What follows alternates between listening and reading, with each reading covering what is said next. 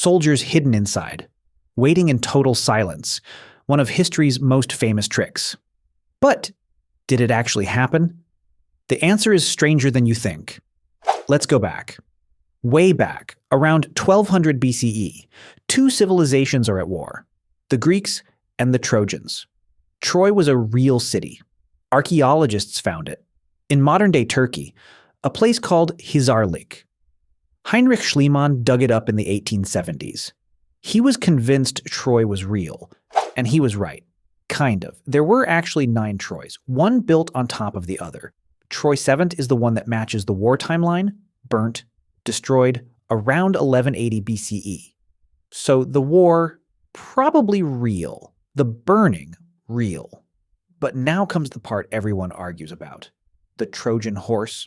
Was it a real object, or just a story? Homer wrote about it in the Odyssey, not the Iliad. People always get that wrong. The Iliad ends before the horse. The horse appears in later sources. Virgil wrote about it too, in the Aeneid, around 29 BCE. So here's what the legend says happened. The Greeks had been besieging Troy for 10 years. They couldn't break through the walls. Troy was incredibly well fortified.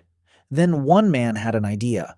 Odysseus, the king of Ithaca, build a massive horse out of wood, make it hollow, fill it with your best soldiers, elite warriors, then sail your ships away.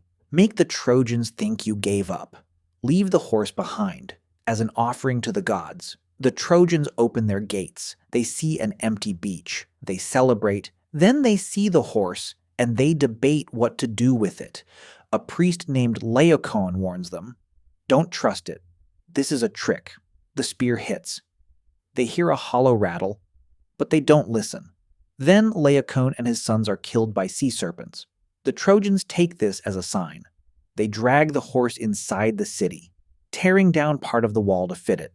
They party all night. They drink. They sleep. At midnight, the soldiers climb out. They open the city gates. The Greek army floods back in. From hiding nearby, Troy burns. The 10-year war ends in a single night. Now, did any of that actually happen the way Homer described? Scholars have 3 main theories. Let's go through them. Theory 1, it's completely mythological, pure story. Homer composed the Iliad and Odyssey centuries after the events, passed down through oral tradition, changed with every telling. A wooden horse that size would be nearly impossible to build quietly, and you can't hide dozens of soldiers in silence inside wood for hours. Someone would cough, shift, make a noise. The Trojans would hear it. Theory 2. The horse is a metaphor for an actual siege weapon. Ancient siege engines were sometimes named after animals: a ram, a tortoise. A giant-wheeled siege tower could have been called the Horse of the Greeks. Soldiers could hide inside the tower, deploy from it. This makes physical sense. Historian Michael Wood argued something similar in his research on Troy. Theory 3. The horse was a symbol of Poseidon, the earthquake god. In Greek mythology, Poseidon was also the god of horses and earthquakes. Some scholars think Troy VII was destroyed by an earthquake, not a horse. The story of a wooden horse might be a poetic way of saying the earthquake of Poseidon brought down Troy. Fascinatingly, archaeologists did find evidence of fire and structural collapse at Troy VII. Both. At the same time, fire and collapse, which means the city was almost certainly attacked and destroyed by someone. There are also unburied human remains found there, hasty deaths, and bronze arrowheads, sling bullets, signs of real battle. So something violent happened at Troy. That part is not in question. The question is only whether the horse was literal or symbolic. Here's something wild. The horse isn't even the oldest part of this kind of trick. Hiding soldiers inside containers to infiltrate cities is an ancient tactic. The story of Ali Baba and the 40 Thieves uses the exact same idea. Oil jars. Soldiers inside. And before Troy, there's a story from Egyptian records about a similar wooden siege trick, so humans have been thinking about this style of deception for a very long time. Now, let's talk about something historians don't discuss enough. The Trojans were not stupid, they were a sophisticated Bronze Age civilization. Troy controlled a vital trade route, the Dardanelles Strait. Every ship going from the Aegean to the Black Sea had to pass them. That means Troy was extremely wealthy and extremely worth attacking. Schliemann actually found what he called the treasure of Priam: gold jewelry, gold cups. He may have found the wrong layer, but the treasure was real. Now, why did Homer include the horse specifically? Horses were sacred in Bronze Age Greece, deeply symbolic. They were connected to the gods, to power, to warfare. Athena, who the Greeks claimed the horse was dedicated to, was a goddess of strategy and warfare. Making the horse a gift to Athena made the deception feel religiously justified. Clever. The Trojans accepted it because rejecting a gift to the gods was a sign of impiety. Dangerous. That psychological detail is exactly what makes this story feel so true to human nature. Real people are defeated by psychology, not just swords. Now here's the detail most people skip entirely. Inside the horse, according to Virgil, was a man named Sinon. He wasn't hiding, he was left behind on purpose, as a liar. Sinon told the Trojans he had been abandoned by the Greeks, that they hated him. He said the horse was a holy offering, that it must be brought inside Troy for Troy to be blessed. The Trojans believed him. He was the final piece of the plan. This is actually a textbook example of a social engineering attack. It's the same psychological technique hackers use today, except with computers. We literally named a type of computer virus after this: the Trojan Horse malware, a program that pretends to be something harmless, then destroys from within. The Trojan horse became a metaphor so powerful it survived 3,000 years. Even if the actual horse was never real, the idea behind it absolutely is. Let's talk about what modern archaeology has confirmed about this period. The Late Bronze Age collapse, around 1200 to 1150 BCE. Almost every major civilization in the Mediterranean collapsed at this same time. The Mycenaeans, the Hittites, the Minoans, all gone within decades. Climate change, drought, and invasions by the mysterious sea peoples. The Trojan War fits perfectly into this chaotic, collapsing world. Wars over trade routes, wars over resources, wars over survival. The Greeks and Trojans weren't fighting over Helen's beauty. Not really. Helen was a narrative device, a compelling reason to explain an economic war. Wars have always needed a human story. Helen gave this one its soul. Now, back to the horse. Let's be honest about what we know. Fact, Troy existed.